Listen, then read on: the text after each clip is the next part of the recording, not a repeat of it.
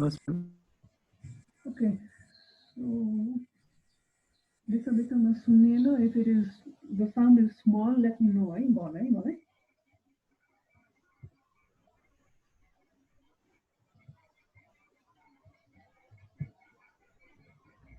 So, good afternoon, everyone. I'd like to welcome you all in today's lecture, and it's drug and substance abuse. I hope the sound is okay. Yes, ma'am. So, according to the World Health Organization, as of 2019, uh, drug use disorder was seen in 31 million people of the global population, and almost 11 million people use drugs in the form of injectables, of which 1.3 million, 5.5 million, and 1 million of the total population are living with HIV, hepatitis C, and HIV and hepatitis C combined, respectively. Alcohol is also one of the most commonly abused substances, which is reported to result in 3.3 million deaths each year. This is about the whole world. This is about the global population. Now, talking about our country, um, a clear picture of the number of people with drug use disorder is not quite known in our country. है नेपालमा चाहिँ नि त्यस्तो clear picture छैन. However, it is believed that overuse of marijuana and other pharmaceutical drugs, particularly heroin, has skyrocketed since the early 1970s. In 1970s भनेको चाहिँ नि हिप्पीहरूको era हो है. So नेपालमा पनि त्यो टाइममा drug abuse भित्रेको भन्ने चाहिँ नि एउटा common belief छ हैन. So a survey was done by the government of Nepal in 12 cities. The survey concluded that 46,000 people in Nepal were drug users, and more than 17,000 people in Nepal were found to be in Kathmandu Valley. The population पनि 17,000 मान्छे चाहिँ Kathmandu Valley मा पायो, in which more than 22% of addicts were less than 20 years of age. And the government survey also stated that 93% of the addicts were males. अब female कहाँ गयो त यहाँ होइन. So the acknowledged number of female or the number of female addicts tend to be suppressed. यो चाहिँ नि public नगरेको हुनसक्छ due to social reasons. Female drug addict raw male drug addictलाई हेर्ने चाहिँ नि एउटा perception अलिकति different हुने भएको भएर the number of females are suppressed in this study, right? But the estimates, using government study गरेको छ, this estimation from government is quite different from the research or surveys which has been done by the non-governmental organizations, and it is quite different. So there's something also, or there's a body called a non-governmental organization called Narconon Nepal, which is one of the leading NGOs, and this NGO states that, according to its survey, number of addicts in Nepal totals 150,000. So this is in complete contrary to what the government has given us, right? And among the 150,000 population of drug addicts, about 64% belong to the young population. So your young population, only 900 to 1200 of these addicts are the children on the streets of Kathmandu. So these are the street children who are very vulnerable to the drug abuse and substance abuse in our country. So this is about the data which has been provided by the government as well as non-governmental organizations. Uh, in this lecture, we are going to cover certain definitions, and we are going to start with the definition of drugs. So a drug is a medicine or other substance which has a physiological effect when ingested or otherwise introduced into the body. So when we talk about drugs, we also need to talk about drug abuse, which is an intense desire to obtain increasing amounts of a particular drug or substance to the exclusion of all other activities. This is the definition of drug as well as drug abuse, which you have to keep in mind from the point of understanding also and for your exams also. Next definition is substance abuse. So substance abuse arises out of maladaptive pattern of substance use manifested by recurrent and significant adverse consequences related to the repeated intake of a substance. It includes only harmful consequences of repeated use and do not include tolerance, withdrawal, or compulsive use. So this was substance abuse for you. There's something called substance dependence. So the dependence of substance arises out of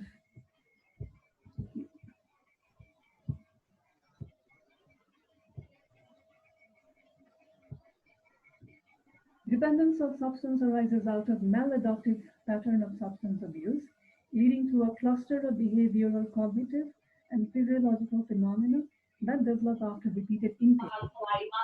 So here what happens is the dependent individuals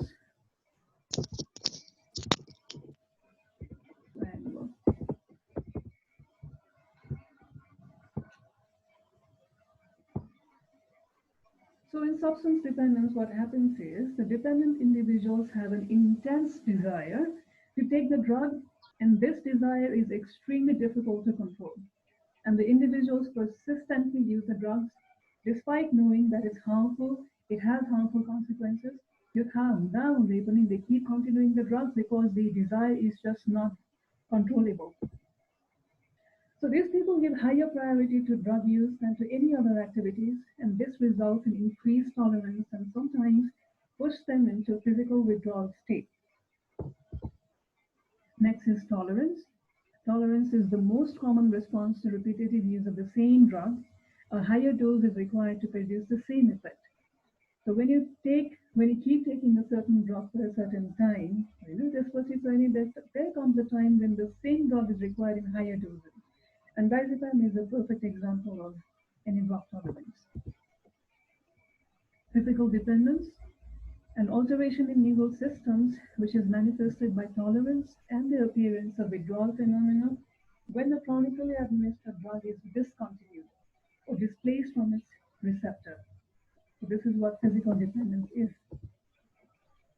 There's another definition which is known as substance withdrawal. So substance withdrawal occurs when the major symptoms that appear when drug administration in a physically dependent person is abruptly terminated.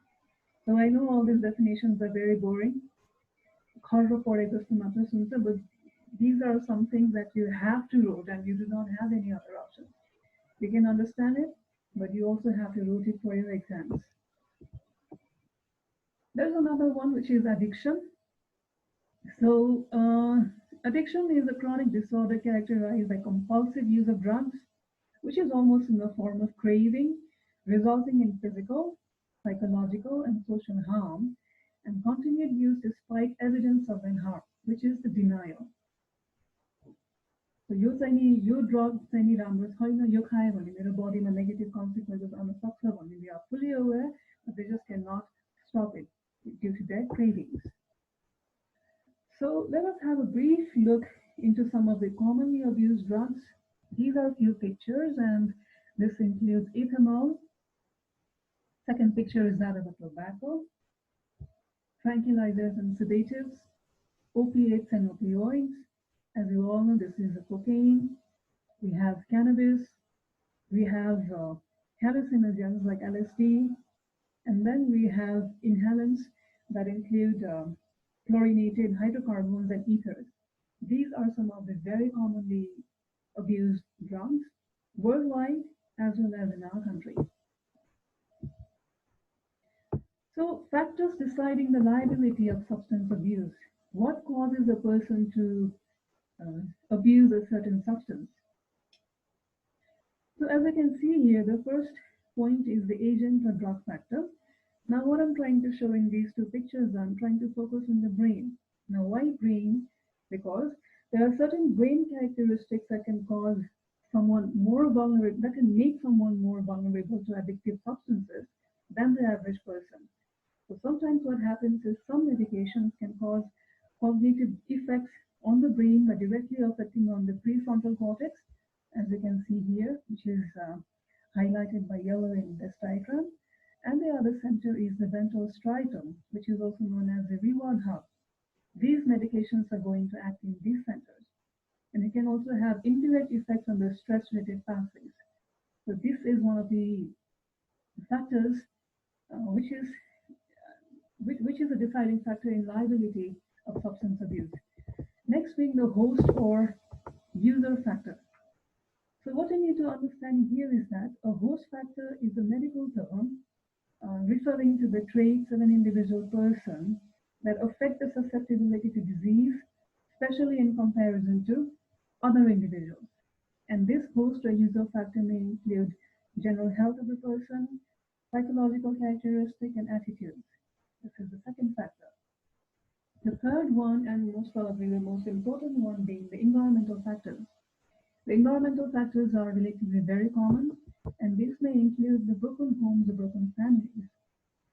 So the main family factors of drug addiction include family atmosphere, strength of family ties, sense of family happiness.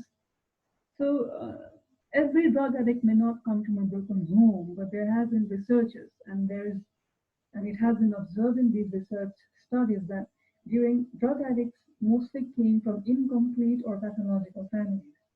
So this is one of the factors. Second being the peer pressure, especially among the adolescents. You know.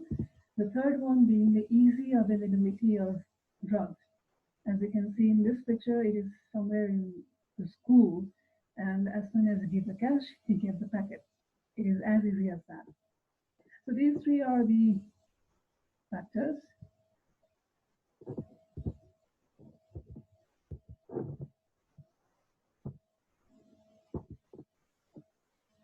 Having gone through all the slides now we come back to our country, and we are going to discuss about the medical legal aspects of drug abuse. So as of the statistics, in Nepal, it has been disclosed that drug-related offense is the highest and major criminal activity that occurred in 2076, that is the past year, is 3,703 crimes commitment. There were crimes related to drug addicts, and it was 3,703. So there is a body in our country called the Narcotic Drugs Control Act 2033.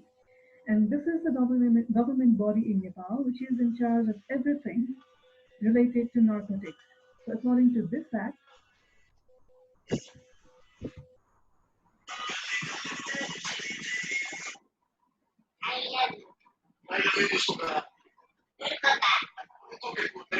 what's going on? Class को बेलामा के हो यस्तो? Mute गर्नुपर्छ भन्ने पनि थाहा छैन अझ.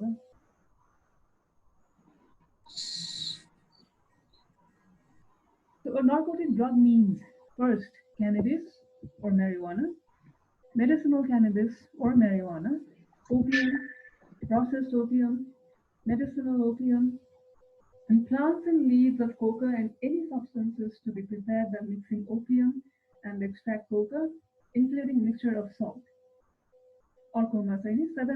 Seventh point is any natural or synthetic narcotic drugs or psychotropic substances and their salts and other substances.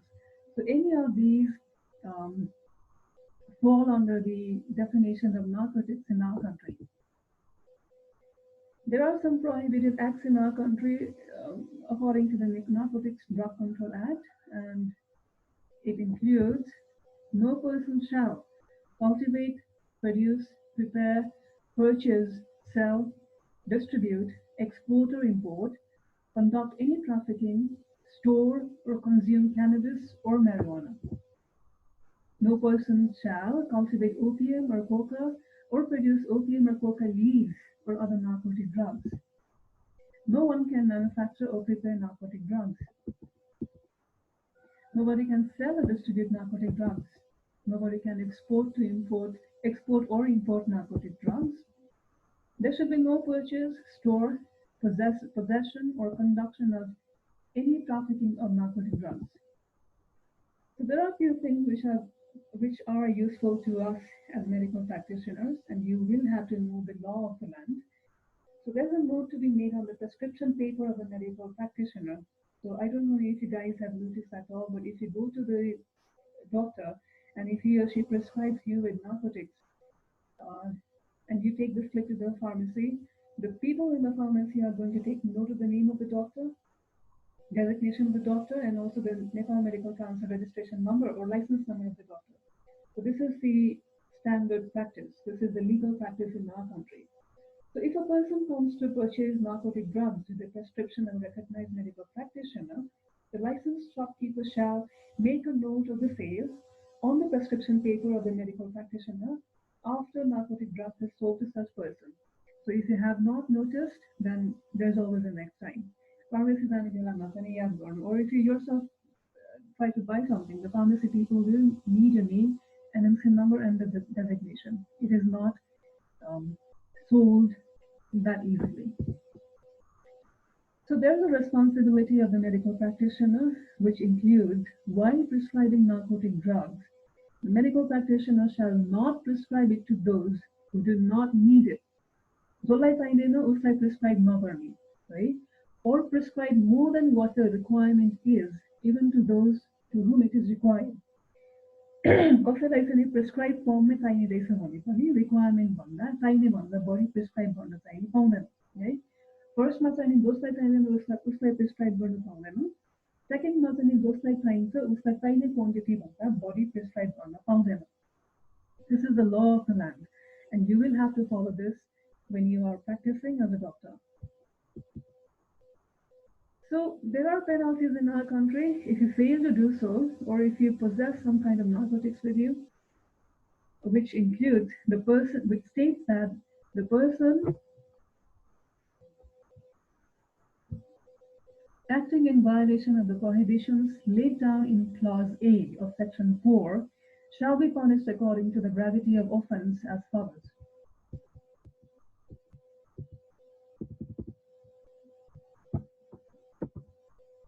Anyone who consumes cannabis or marijuana shall be punished with an imprisonment for a term up to 1 month or with a fine up to 2,000 rupees.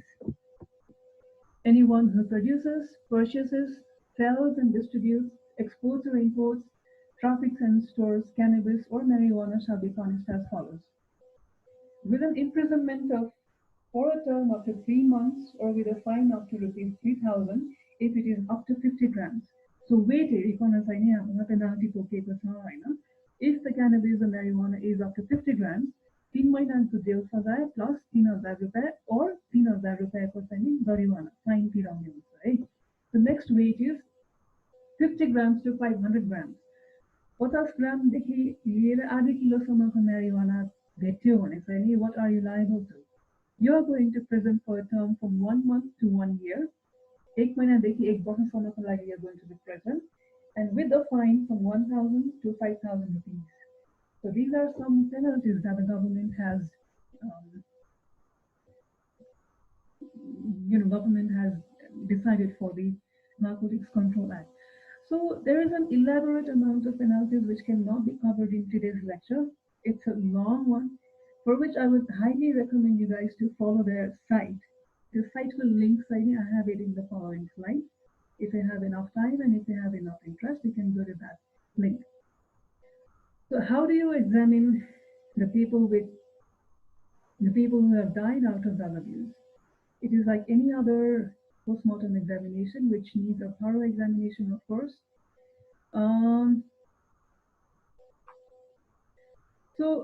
Any person who dies out of drug addict may also have complications like accidents, suicides, and homicides. Investigation of death due to drug abuse includes complications like sexual offense also, which may result in death. So drug abuse गरिसकेपछि ओभरडोजको कारणले गर्दाखेरि death हुने त छुट्टै छँदै नै छ होइन, डिरेक्ट कज भयो। इन्डिरेक्ट कजमा चाहिँ all these kinds of accidents, suicide, homicide, and sexual offenses are the ones which can result in death. So, having discussed all that, now lastly what I would like to say is, this is all about the today's lecture. You saw there were a lot of definitions in the first half of the lecture, which you have to memorize, which you have to understand. We talked about a lot of statistics. I hope you found it useful or interesting enough. So people who abuse drugs are vulnerable, and with the right support and treatment, the road to recovery from drug abuse is not impossible. And this may also lead to play a pivotal role to curb the number of criminal activities in the society. So This is all about today's lecture. Thank you so much. अब अहिले class सकिने बेलामा आएर त मान्छेहरू के गर्नु लाग्यो. This is the link I was talking about. Please go into this one. This is quite interesting. रमाइलो छ. It's a PDF version, होइन. Go through it. It's useful also. So let's stop the class.